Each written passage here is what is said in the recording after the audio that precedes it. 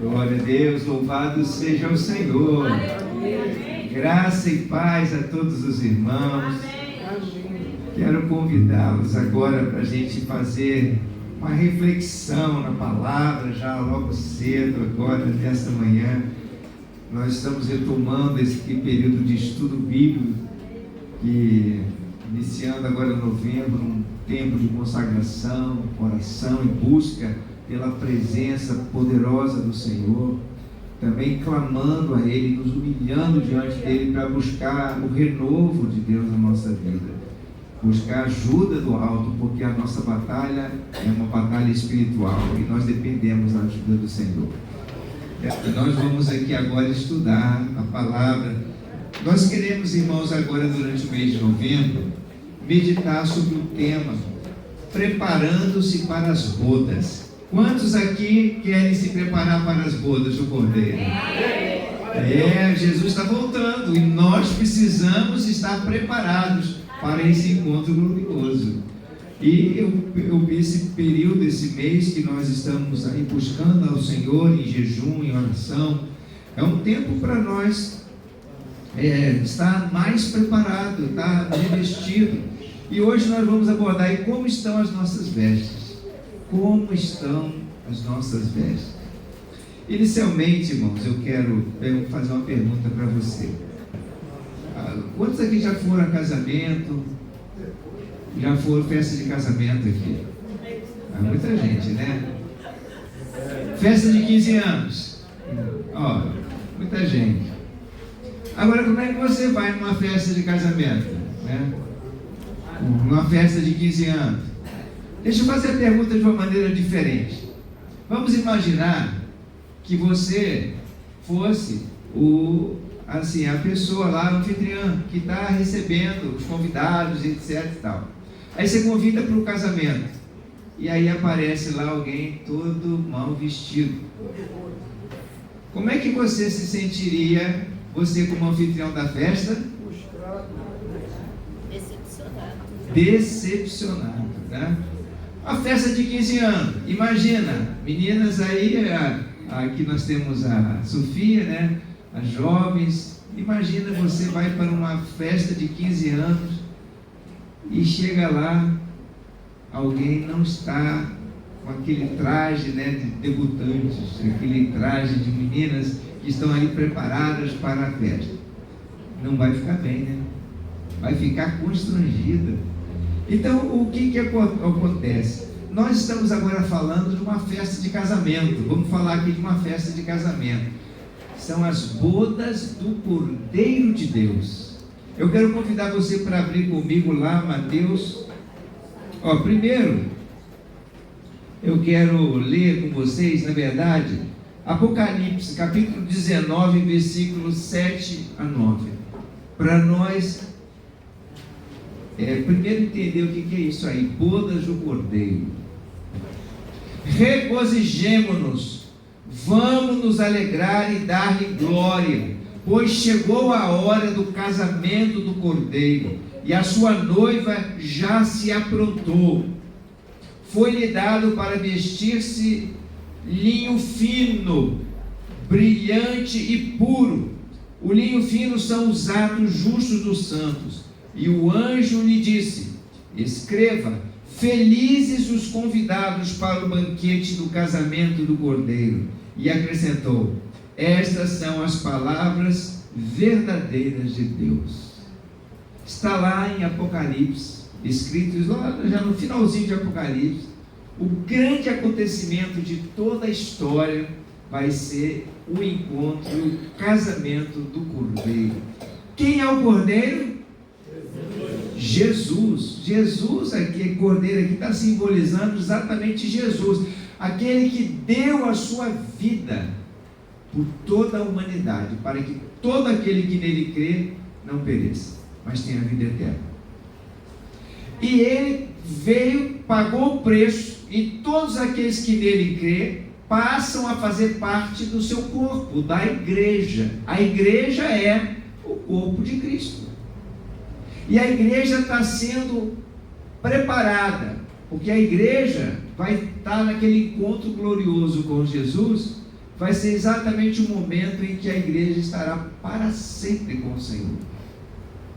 E nesse momento, a Bíblia fala, quando Jesus, hoje nós vamos estar celebrando a ceia aqui, Jesus disse que na última ceia com seus discípulos, que não tomaria novamente não tomaria de novo aquele cálice da ceia como eles estavam tomando naquele momento, até que o fizesse de novo no reino do Pai, quando ele o tomaria juntamente com a sua igreja. Então, o que acontece? Nós estamos vendo aqui que nós fomos convidados para as bodas do Cordeiro, nós, igreja do Senhor. A humanidade foi convidada. Nós vamos ler agora lá no Evangelho de Mateus, no capítulo 24, uma parábola que Jesus descreveu bem claro toda essa história do convite para o casamento, para as bodas. E é importante nós compreendermos que é necessário nos preparar. É necessário a noiva estar preparada, os convidados estarem preparados. Mateus capítulo 22, verso de 1 a 14. Jesus lhes falou novamente por parábolas, dizendo: o reino dos céus é como um rei que preparou um banquete de casamento para o seu filho. Enviou seus servos aos que tinham sido convidados para o banquete, dizendo-lhes que viessem, mas eles não quiseram vir. De novo enviou outros servos e disse: digam aos que foram convidados que preparei o meu banquete.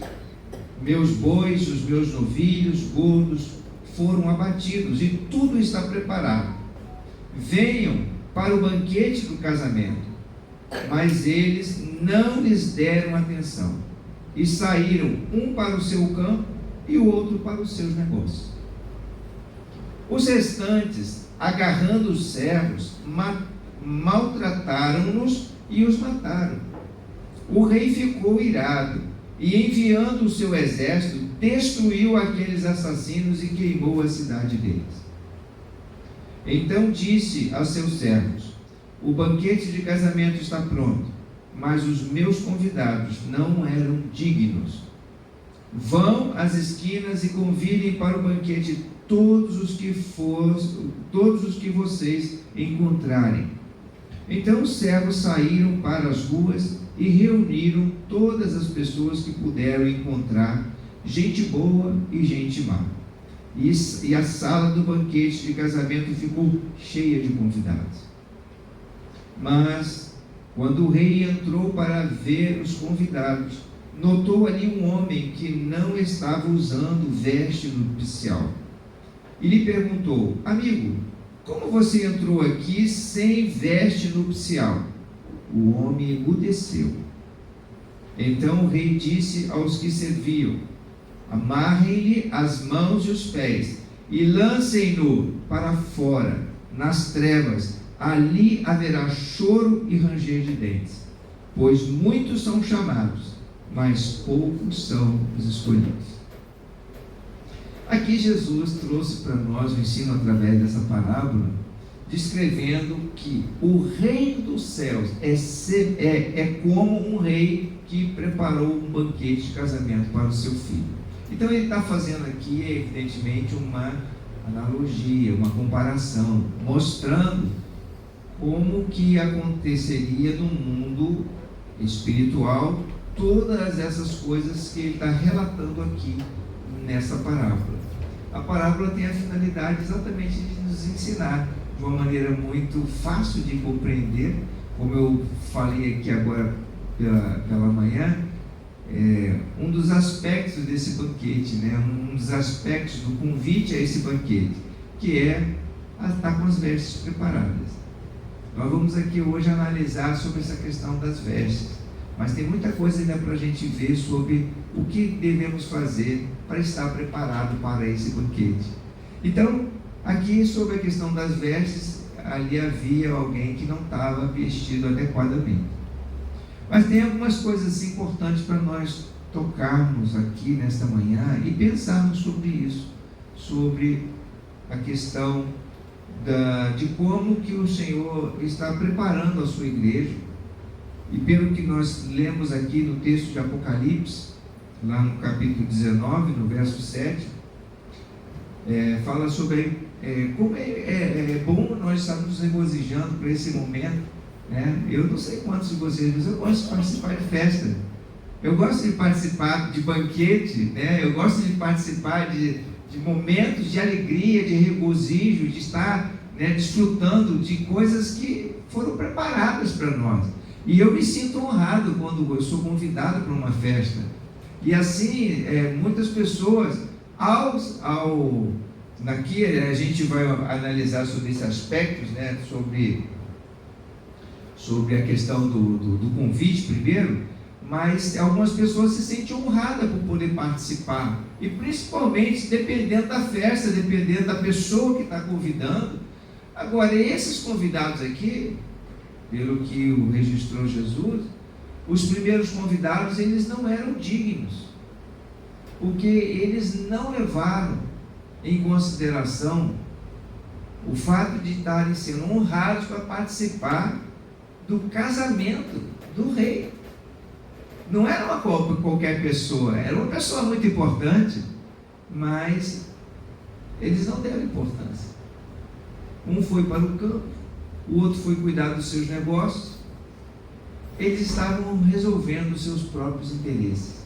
Nós já abordamos aqui, em momentos, em domingos aqui, estudando a palavra, que uma das características do tempo presente, ou das coisas dos últimos tempos, qual é? Característica das pessoas. As pessoas vão estar voltadas muito para que tipo de interesse? Para os interesses próprios. A Bíblia fala que nos últimos dias, uma das características desse tempo é que as pessoas vão estar voltadas muito para os seus próprios interesses, e não querem nem saber com as coisas dos outros. Elas estão buscando, de uma maneira muito egoísta, vendo o seu lado. E aqui, quando Jesus descreve essa parábola, revela que esses primeiros convidados tornaram-se indignos, porque, na verdade, eles não consideraram o convite, não tiveram não tiveram a honradez de ir lá para prestigiar o rei. E ainda por cima, diz aqui que os últimos ainda maltrataram os servos que foram convidados e ainda os mataram.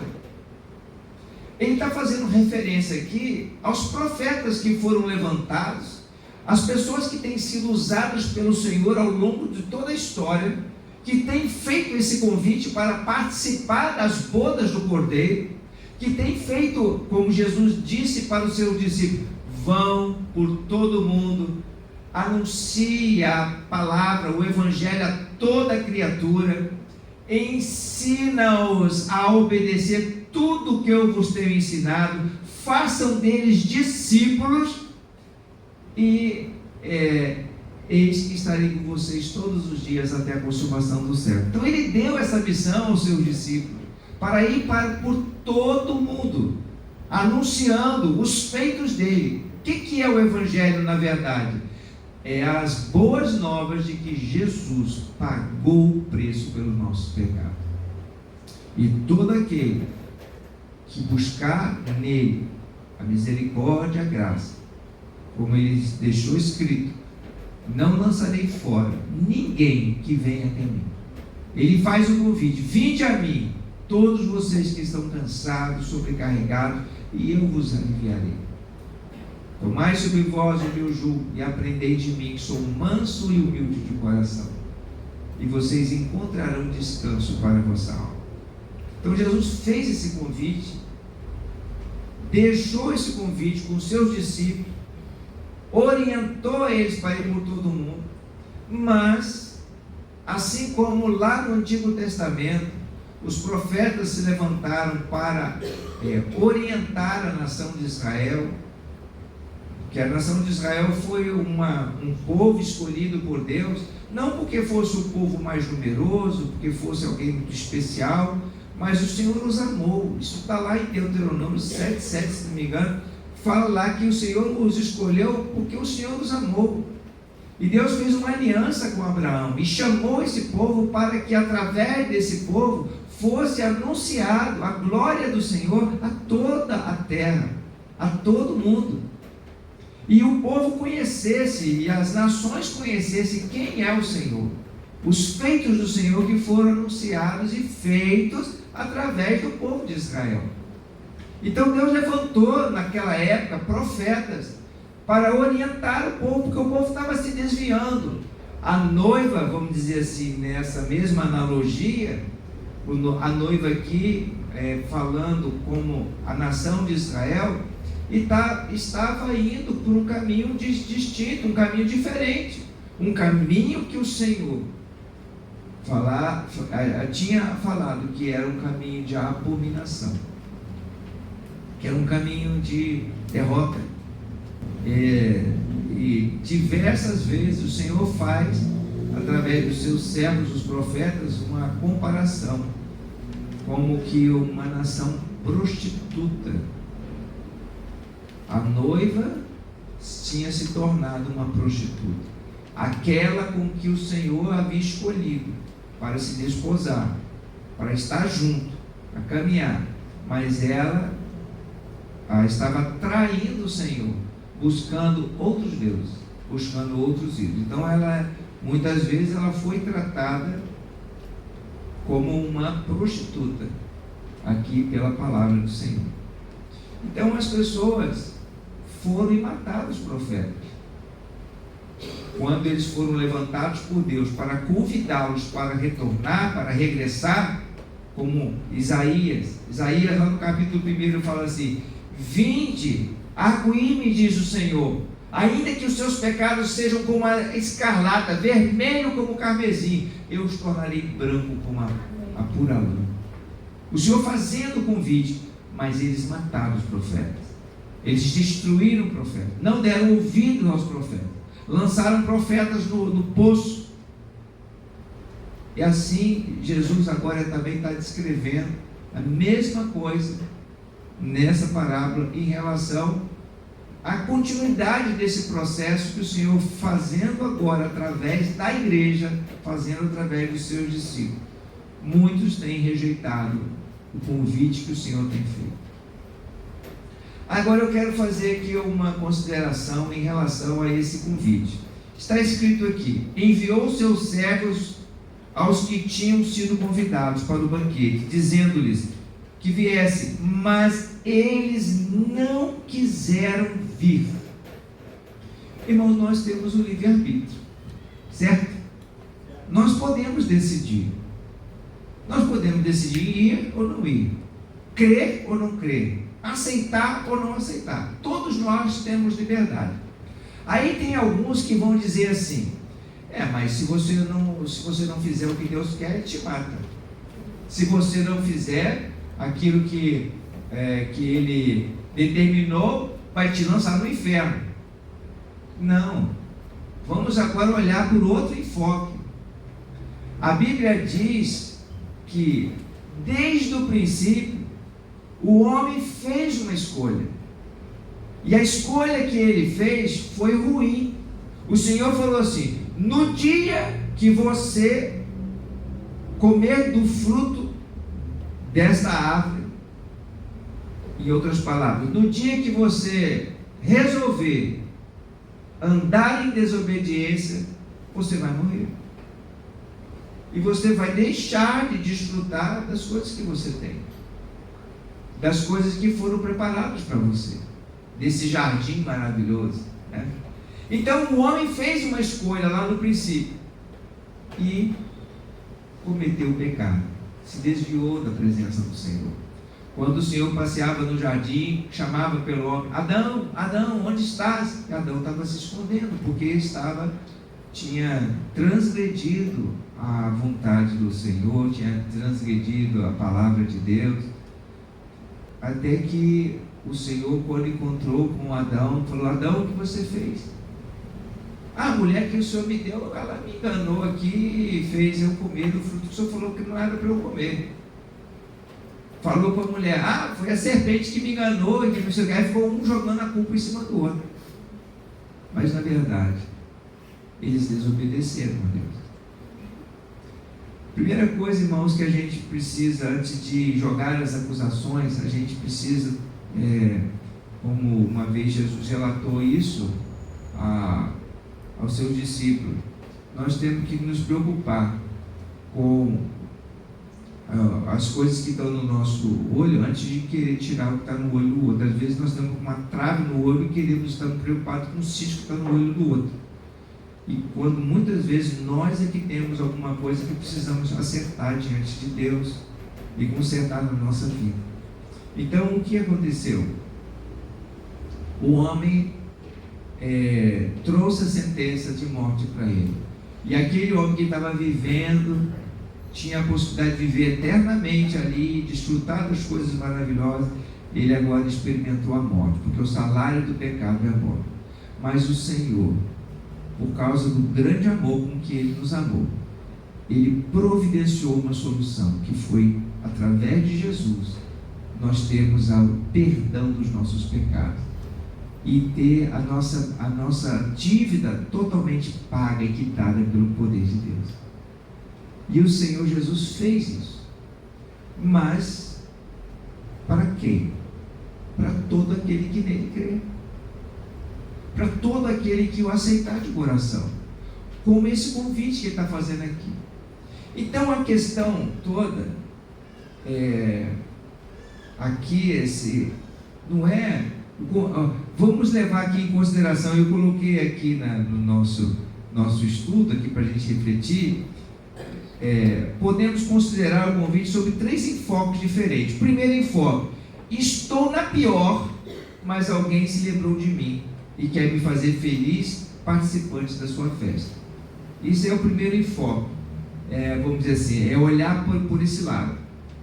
Eu estou numa pior, mas alguém resolveu me abençoar e me convidou para uma festa, e eu tomei a decisão de participar. Poderia tomar a decisão de não participar, mas tomei a decisão de participar. Vamos olhar para um outro enfoque agora. Estou numa boa, mas alguém se lembrou de mim e quer me fazer feliz. Estou numa boa, mesmo que alguém tenha me convidado para uma festa, estou muito ocupado. A pessoa se sente numa boa, não preciso, está tudo bem comigo, não quero a sua ajuda, e vida que segue. E um terceiro enfoque, uma terceira visão, sobre uma ótica diferente. Estou numa boa, e alguém se lembrou de mim e quer me honrar participando da sua festa. Então, olhando sobre o aspecto do convite, nós podemos olhar por esses 3 prismas, né? Por esse prisma de eu estou vivendo uma lamentação, eu estou na ruína, mas alguém, poxa, se lembrou de mim e me convidou para a sua festa. Eu quero estar lá, quero participar.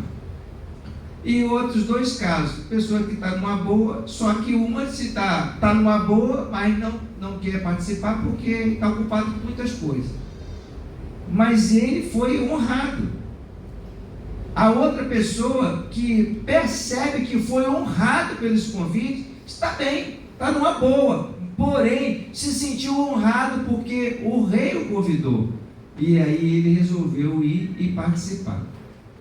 Bom, sobre essas 3 pessoas, o segundo aqui, que está numa boa e não foi participar, ele era indigno, não quis participar. Agora, quanto a esses 2, tanto o que estava na pior, quanto o que está numa boa, mas foi lá para poder participar, eles estão ali atendendo a esse convite. Mas talvez alguém, um deles aí, não se atentou para a questão de estar adequadamente vestido para participar das bodas. E aí é onde entra agora a nossa reflexão desta manhã. Muitas vezes nós atendemos ao convite, nós vimos a Jesus porque nós não estamos bem. Muitas pessoas tomam uma decisão para Jesus porque reconhece que está na lama, que está passando por um cadinho muito complicado, está muito difícil, e de repente ouve falar de alguém que pode trazer muitas vitórias para a sua vida, e até de uma maneira equivocada. Muitas vezes o Evangelho é anunciado como que venha para Jesus e Ele vai resolver todos os seus problemas. Aí a pessoa começa a ter alguns problemas e pronto, desiste de Jesus, porque Jesus não resolveu aquele problema que aquela pessoa pensou que ia resolver, porque começa a passar pelas provas, pelas dificuldades, pela tribulação. Então, nesse universo de pessoas pobres, necessitadas, que se achegam a Jesus, muitas vezes ela se achega a Jesus e quer continuar na miséria, quer continuar na lama, quer continuar do mesmo jeito que estavam, quer continuar vivendo da forma como ela sempre viveu, e não quer deixar o senhorio de Cristo mudar e transformar a sua vida. Então, esse tipo de pessoa, que apesar de ter atendido ao convite, mas está com os trajes inadequados. É aquela pessoa que faz o convite: venha como estás, mas Jesus vai mudar a sua vida e não vai deixar você do mesmo jeito. Jesus vai fazer sempre algo melhor na nossa vida. Jesus vai proporcionar coisas melhores na nossa vida, desde que eu lhe dê a oportunidade para mudar, desde que eu esteja disposto a me submeter a Ele e me sujeitar à sua palavra, me sujeitar à sua orientação, à direção que Ele tem para a minha vida. E esse que está numa boa e se lembrou, se sentiu honrado de participar, ele, até pelo fato de se sentir honrado, ele vai estar procurando honrar aquele que o convidou, e vai procurar e andar dentro dos seus, vamos dizer assim, estar com os seus trajes adequadamente vestidos para poder participar dessa festa. E de acordo com o que nós lemos lá no livro de Apocalipse, os trajes aqui, vou retornar aqui para Apocalipse 19, no versículo 9, diz assim: e o anjo lhe disse: escreva, felizes os convidados para o banquete do casamento do Cordeiro. E acrescentou: estas são as palavras verdadeiras de Deus. Bom, essas pessoas são felizes porque elas foram convidadas, estão participando. Agora, presta atenção aqui que está no versículo 8. Foi-lhe dado para vestir-se linho fino, brilhante e puro. O linho fino são os atos justos dos santos. Então, o que são as vestes, na verdade? São as nossas atitudes. São as nossas ações. As nossas vestes é a maneira como nós estamos vivendo.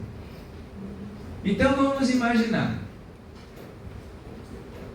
lá no presídio, um homem mau, traficante, estuprador, assassino, fez um monte de coisa, entregou o seu coração para Jesus. Alguém estava lá pregando a palavra, e ele está lá cumprindo pena, e com o seu bom procedimento, quando ele começa a seguir os caminhos do Senhor, ele, com isso, consegue depois de um determinado tempo, uma condicional, sai, e, poxa, eu estou livre, resolvi o meu problema, e volta às práticas do que ele fazia antes. Na verdade, ele não trocou as vestes, porque as atitudes, as ações não estão condizentes com aquilo que Jesus veio para proporcionar na vida dele. Os irmãos estão entendendo? Estão percebendo? As nossas vestes são as nossas ações, são as nossas atitudes, as coisas que estão rolando na nossa vida. Então, o que o texto, né, mostra para nós nessa parábola é que se nós não tivermos com as nossas vestes nupciais, é a mesma coisa de nós não estarmos preparados para o encontro, para participar da festa do Cordeiro. E o que eu quero ler com os irmãos, vamos abrir lá no Evangelho de João, no capítulo 3, versos 17 e 18, agora é sobre esse lado, né, sobre essa perspectiva do convite. Tem pessoas que não aceitam o convite, porque pensam assim, eu estou numa boa, eu não preciso de nada, e ela não sabe que ela, na verdade, está condenada, está destruída. O convite que o Senhor está fazendo, na verdade, é um convite para sair dessa condenação e entrar na glória, para desfrutar do seu reino. Porque, na verdade, todos nós pecamos e estamos condenados diante do Senhor. E se nós não tivermos as nossas vestes lavadas, limpas, pelo sangue de Jesus que pagou o preço por nós, se nós não experimentarmos esse novo nascimento, nós estamos perdidos. Então veja o que está escrito no texto, João 3, 17 e 18. Pois Deus enviou o seu Filho ao mundo, não para condenar o mundo, mas para que esse fosse salvo por meio dele. Quem nele crê não é condenado, mas quem não crê já está condenado, porque não crê no nome do Filho do Unigênito de Deus.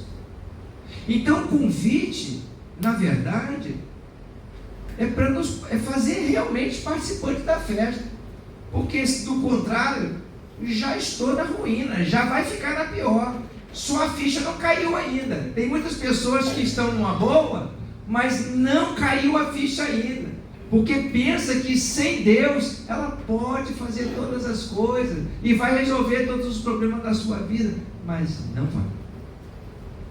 E quando cair a ficha, aí ela vai se dar conta que é pobre, nu e que precisa da misericórdia do Senhor. Deuteronômio 30, verso 19 diz lá: hoje invoco os céus e a terra como testemunhas contra vocês, de que coloquei diante de vocês a vida e a morte, a bênção e a maldição. Agora escolham a vida, para que vocês e os seus filhos vivam. Isso foi uma palavra que Moisés disse à nação de Israel. Diante de nós temos o privilégio de participar de uma festa, de participar das bodas do Cordeiro. E o Senhor, quando faz esse convite para nós, é evidente que todos nós podemos recusar. Ninguém é obrigado a participar. Deus nos deu essa liberdade de escolha.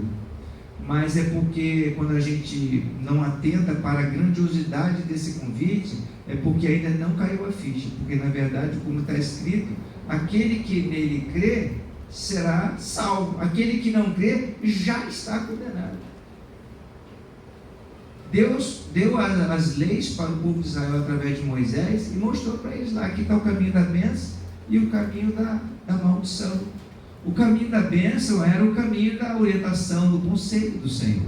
O caminho da maldição era o caminho da desobediência, de andar na maldade, na rebeldia e todas aquelas coisas que a palavra de Deus condena. Então ele falou assim: escolham a vida para que vocês vivam. Então esse é o primeiro ponto que a gente precisa compreender a respeito desse preparo para o casamento, preparo para as bodas. Quando a gente fala do casamento, quando a gente fala das bodas do Cordeiro, a gente está falando esse momento do encontro com Jesus, esse momento quando o Senhor virá para resgatar a sua igreja.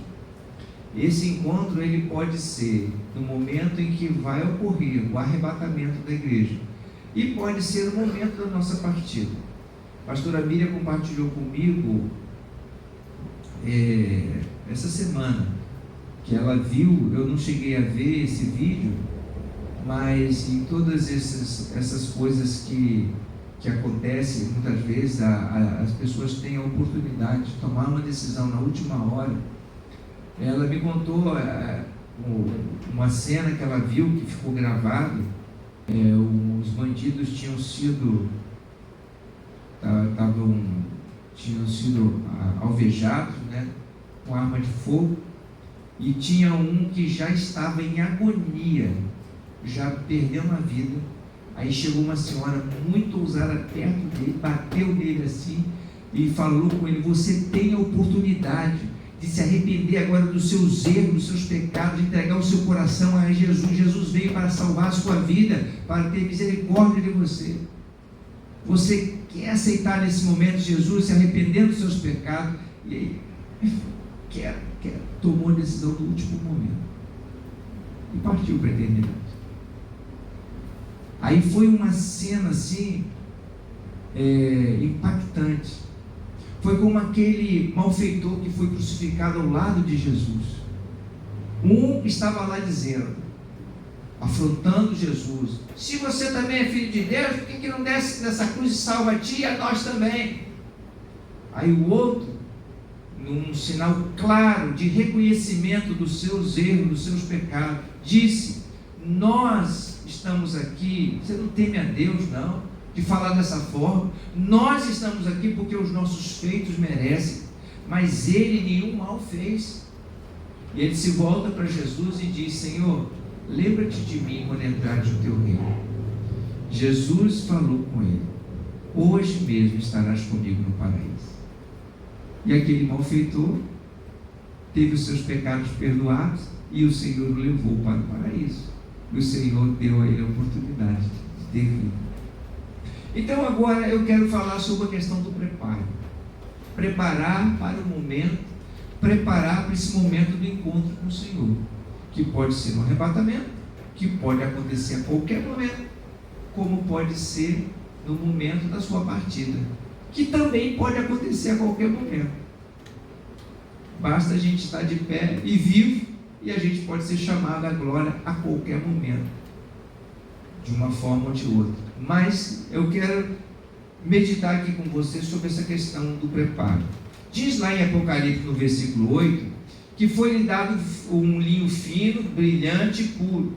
E o linho fino são os atos justos dos santos. A gente vê aqui na palavra que, como está lá em Efésios, no capítulo 5, verso 25 a 27, Paulo declara o seguinte: maridos, amem as suas mulheres, assim como Cristo amou a igreja e entregou-se a si mesmo por ela, para santificá-la, tendo-a purificado pelo lavar da água mediante a palavra, e apresentá-la a si mesmo como igreja gloriosa, sem mancha, nem ruga ou coisa semelhante, mas santa e inculpável. Quem é que faz essa obra de limpeza das vestes? Pelo texto que nós acabamos de ler aqui, quem é, irmãos? Quem é que vai fazer essa obra de limpeza nas vestes?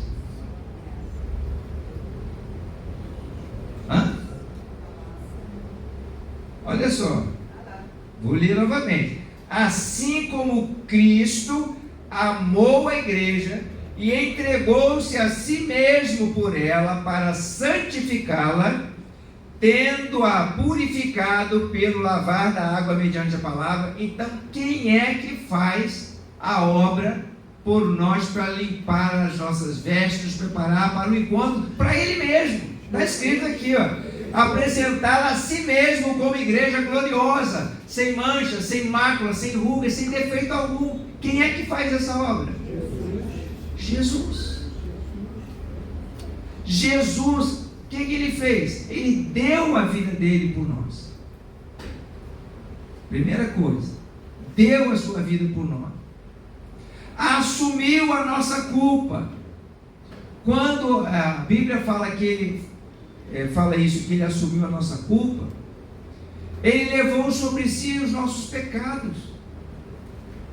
Pecado é sinal de sujeira, é coisa que não presta. Jesus levou sobre si os nossos pecados, nos purificou pelo lavar da água mediante a palavra.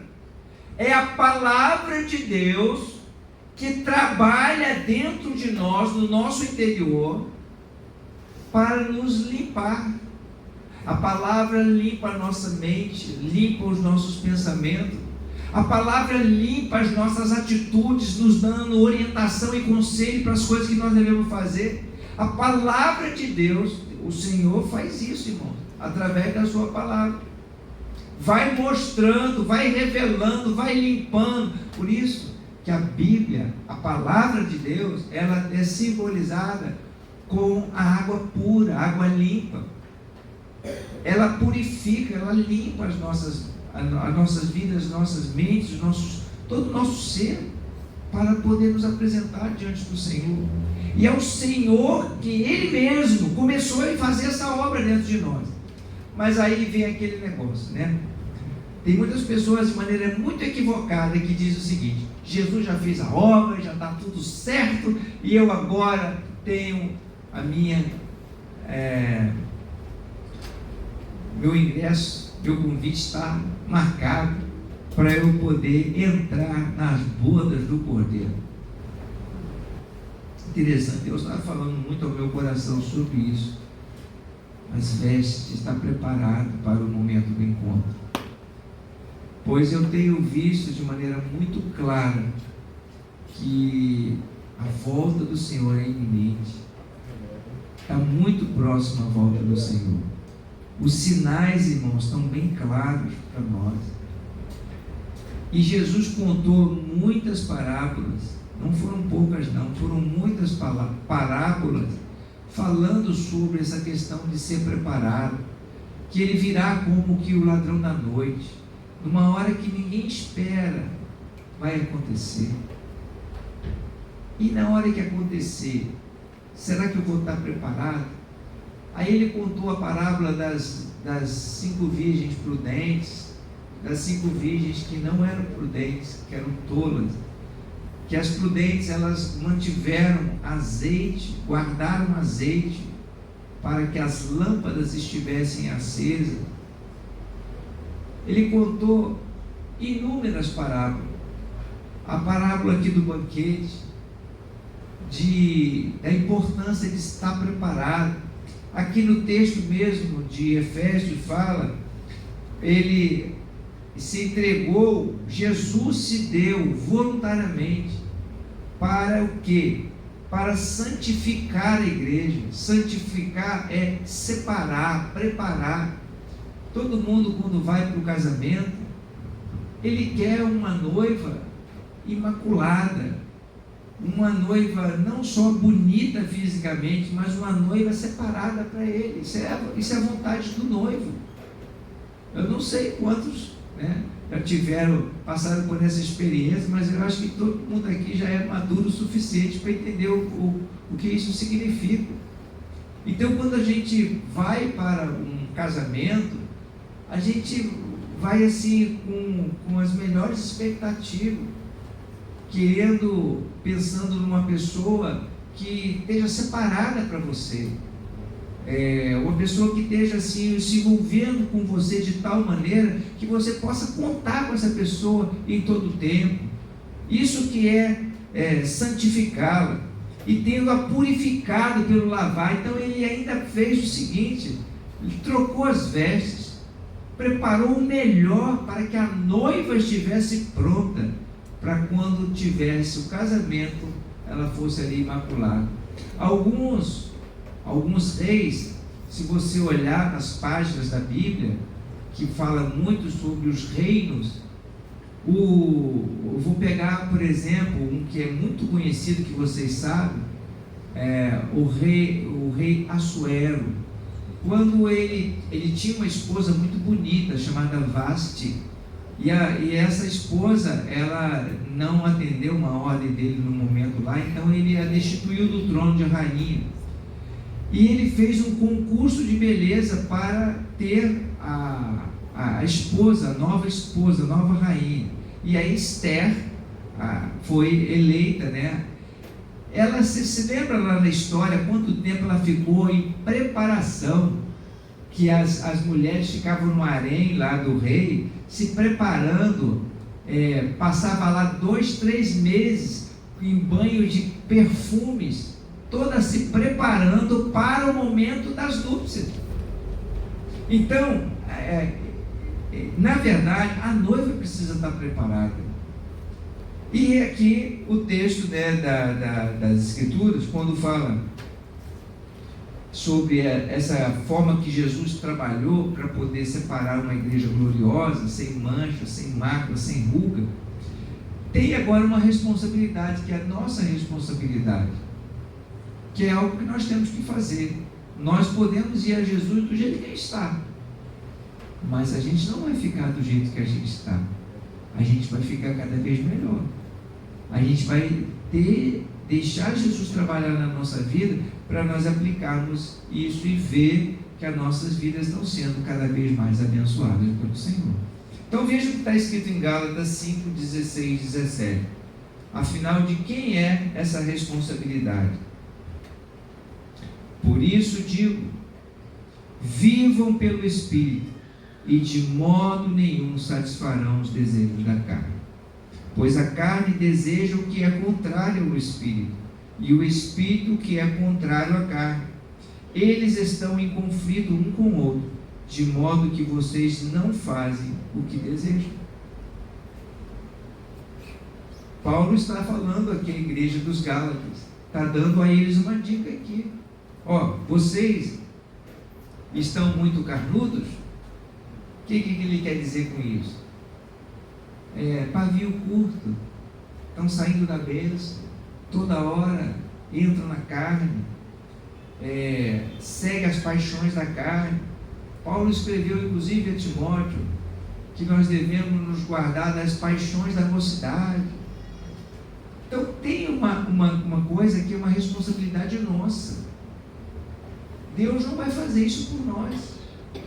Jesus não vai fazer isso por nós. Uma coisa me chamou a atenção na leitura das Escrituras essa semana, que, sabe aquele jovem rico que foi para Jesus e falou com ele: Senhor, o que eu faço para herdar o reino dos céus?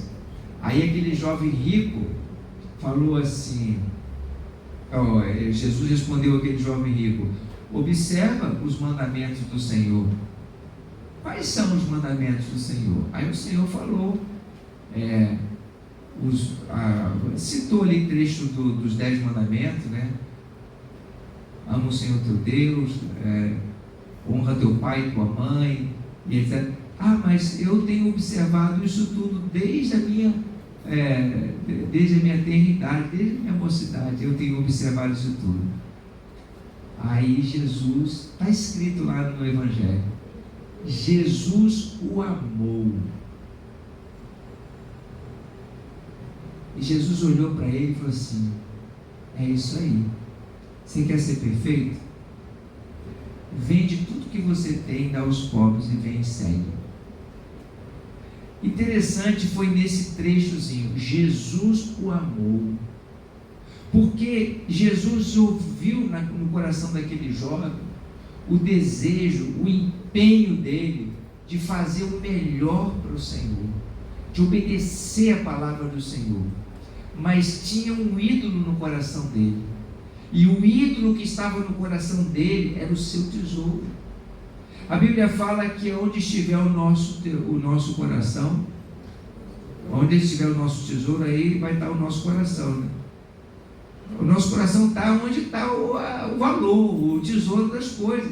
Então, se a gente tiver o nosso coração voltado para as coisas do reino, aí vão ser coisas que o nome do Senhor vai estar sendo glorificado. Mas se tiverem coisas que não edificam, que não servem para nada, que trazem alegria passageira, isso não vai resolver. Então Jesus disse para ele: você quer ser perfeito? Então vende tudo, dá aos pobres, vem e segue. Aí aquele jovem se entristeceu, porque o ídolo dele, ele não estava disposto a renunciar. Então, aqui quando Paulo fala aos Gálatas, fala que se eu quero não andar na carne, eu tenho que buscar me encher do Espírito Santo. Se eu quero ter uma vida sob domínio, sob controle, a Bíblia fala que domínio próprio é um fruto do Espírito Santo. Eu tenho que buscar o quê? mais comunhão com o Senhor. Eu preciso me encher do Espírito Santo. Eu preciso buscar mais o Senhor. Nós estamos vivendo agora, nesses dias, né, nesse mês que nós estamos aí consagrando um tempo de jejum ao Senhor. O jejum é algo formidável para nós consagrarmos a nossa vida ao Senhor, para renunciar à nossa carne, para dar vazão ao Espírito de Deus. Então ele diz aqui: vivam pelo Espírito, e de modo nenhum satisfarão os desejos da carne. Então a nossa carne, os nossos desejos naturais, precisam estar sob o domínio, nosso governo, e sob o controle do Senhor. Romanos 6, verso 1 e 2. Que diremos então? Continuaremos pecando para que a graça aumente? De maneira nenhuma. Nós, o que morremos para o pecado, como podemos continuar vivendo nele? A gente tem ou não tem uma responsabilidade para cumprir? A gente tem algo para fazer. Não é só ficar pensando: não, Jesus já pagou o preço, Jesus já lavou meus pecados, eu estou liberado, eu estou curado, perdoado, minhas vestes estão limpas, desde que eu esteja obedecendo a palavra. Se eu não estou andando em obediência à palavra, como disse alguns, né? Paulo, ele foi bem direto. Tem alguns que falam assim: não, nós somos salvos pela graça, então nós podemos pecar à vontade, porque a graça de Deus nos basta. Como é que nós vamos continuar andando no pecado se o Senhor nos trouxe para uma nova vida? Se Ele está trabalhando em nossos corações e mudando, transformando a nossa vida. Então está aí a palavra. Hebreus 12, verso 1 a 2, para a gente ir concluindo essa parte aqui da lição sobre o preparo para as bodas. Hebreus 12, verso 1 e 2. Portanto, também nós, uma vez que estamos rodeados por tão grande nuvem de testemunhas, livremo-nos de tudo que nos atrapalha e do pecado que nos envolve, e corramos com perseverança a corrida que nos está proposta, tendo os olhos fitos em Jesus, autor e consumador da nossa fé. Ele, pela alegria que lhe fora proposta, suportou a cruz, desprezando a vergonha, e assentou-se à direita do trono de Deus. Jesus aprendeu a obediência por aquilo que ele padeceu. Ele foi fiel. Jesus, quando estava para ser martirizado na cruz, ele estava lá no Getsemane orando: Senhor, se é possível, passa de mim esse cálice. Estava sendo muito difícil para Jesus entrar naquele sofrimento, passar por aquela humilhação que ele ia passar ali na cruz do Calvário. Mas ele disse: Senhor, não seja feita a minha vontade, mas a tua vontade. Isso quer dizer para nós que a vontade da carne de Jesus, na verdade, não era subir ali naquela cruz, mas pela vontade de Deus, ele estava disposto a renunciar à sua carne e cumprir o propósito de Deus. Sabe qual foi o resultado? Ele está sentado no trono de Deus. Eu e você fomos alcançados pela sua misericórdia, tivemos os nossos pecados perdoados, porque ele foi fiel até o fim. Hoje não há nome maior do que o nome de Jesus. O nome de Jesus está sobre todo nome, e diante dele todo joelho e toda língua vai confessar que ele é o Senhor. Isso é a vitória, é a bênção que Deus concede àquele que consegue, pela graça de Deus, vencer. A Bíblia fala que não vai haver tentação que seja maior do que a capacidade que você tem para tomar a decisão de não fazer. Mas com ele sempre, com a tentação, sempre o Senhor dará o escape, o Senhor vai dar livramento, vai lhe dar graça. Então o que acontece? Em outras palavras, agora para a gente fechar aqui essa questão, né, sobre as nossas vestes. Como é que está o estado das nossas vestes? Ou seja, o quão comprometido eu estou com a palavra do Senhor. Quanto que Ele está forjando a minha vida trabalhando no meu coração, transformando a minha vida para que eu possa estar cada vez mais semelhante àquilo que Ele espera de mim. A Bíblia vai falar que nós vamos estar sendo trabalhados pelo Senhor, sendo aperfeiçoados, até que nós cheguemos à estatura de Cristo. Então, cada vez mais estaremos mais parecidos com o Senhor. O Senhor vai trabalhando na nossa vida para isso. E quanto mais resistente eu sou, quanto mais, vamos dizer assim, difícil, aí eu acabo sofrendo um pouco mais. Se eu resisto, né, às coisas que Deus está fazendo, como o Senhor tem pressa em trabalhar na nossa vida. Talvez hoje, esse tempo que nós estamos agora vivendo, você esteja percebendo que o Senhor está trabalhando muito rápido na sua vida. Deus está trabalhando muito sério no seu coração. Deus está te mostrando algumas coisas que antes você não prestava tanto atenção, mas agora você está prestando atenção. Sabe por quê? Porque está próximo o nosso encontro com Ele. Amém. E quanto mais a gente vê que está se aproximando esse tempo, a gente observa que o Senhor está do nosso lado para nos assistir, nos ajudar, nos fortalecer, nos abençoar. E se você está com o seu coração aberto para que Ele possa trabalhar na sua vida, Ele vai lhe dar graça, Ele vai lhe dar poder, porque agora a lei, os problemas, as dificuldades não tem mais domínio sobre vós, não tem mais domínio sobre nós. O pecado não terá mais domínio sobre nós, se nós não estamos submetidos à lei. Eu não estou aqui falando que a gente tem que cumprir a lei, porque senão a gente anula a graça do Senhor. O que a gente tem que ficar é sensível à direção do Espírito Santo e obediente à sua palavra, para que a gente possa viver debaixo da graça do Senhor. Não é por força, nem é por violência, mas é pela graça do Senhor. Se você está resistindo a Deus mudar, abrir mão de determinadas coisas, então, tudo bem, você vai seguir o seu caminho, só que você vai encontrar dificuldades, você vai encontrar embaraço, você vai encontrar problemas. Quanto mais duro você é para não mudar, se lembra do caso do vaso do olheiro? Quando o vaso está com algum defeito, o olheiro vai lá, quebra ele, amassa de novo, bota um pouco mais de barro ali, de água, e faz ele perfeito. E assim Deus está trabalhando na nossa vida.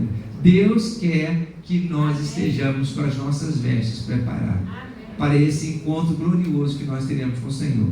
Nos próximos domingos nós vamos ainda estudar sobre esse tema, né, que a gente está abordando aqui, está preparado para as bodas do Cordeiro. Tem muitas coisas que a palavra de Deus nos mostra sobre esse tema, então nós vamos deixar o Espírito de Deus trabalhar na nossa vida. Eu só quis falar primeiro aqui sobre essa questão das vestes. Como estão as nossas vestes? As nossas vestes são o que mesmo? As nossas atitudes, as nossas ações, o que nós estamos fazendo. Então vamos pensar sobre isso. Quando você resolver entrar na carne num determinado momento, opa, será que essa é uma ação que o Senhor se agrada dentro de mim? Ou será que é algo que o meu vestido está manchado, eu preciso trabalhar, deixar Deus trabalhar isso? Senhor, me dá graça, Senhor. Aí você chega lá no mercado, a pessoa fala um desaforo para você, aí você... Senhor, 1, 2, 3, 4, 5, 6. Aí você começa a pensar 2 vezes, e você vai ver a graça de Deus. Como até uma vez eu estava falando aqui, fazendo um estudo sobre a graça. Irmãos, graça de Deus é algo tremendo. Às vezes você não consegue se controlar diante de determinada situação, com determinadas pessoas, né? Deus te dá a graça de você nem encontrar com essa pessoa, porque Ele sabe que se você encontrar vai dar ruim. Então isso é graça de Deus. Às vezes Deus te tira de um local que vai trazer problema para você. Ele te afasta de determinado lugar, de determinada situação, porque Ele sabe que você ali não vai. Todos nós somos tentados. Isso é natural, eu já falei aqui, né? Se alguém não é tentado por alguma coisa, é porque você tem algum problema aí que tem que consultar um psicólogo, né? Um psiquiatra para poder ver o que está acontecendo, porque todo mundo é tentado, até Jesus foi tentado, mas Jesus andou em obediência, e Ele falou assim: vocês passarão por aflições, mas tem de bom ânimo, porque eu venci o mundo. Se Jesus venceu, irmãos, Ele vai nos dar graça para vencer. Amém?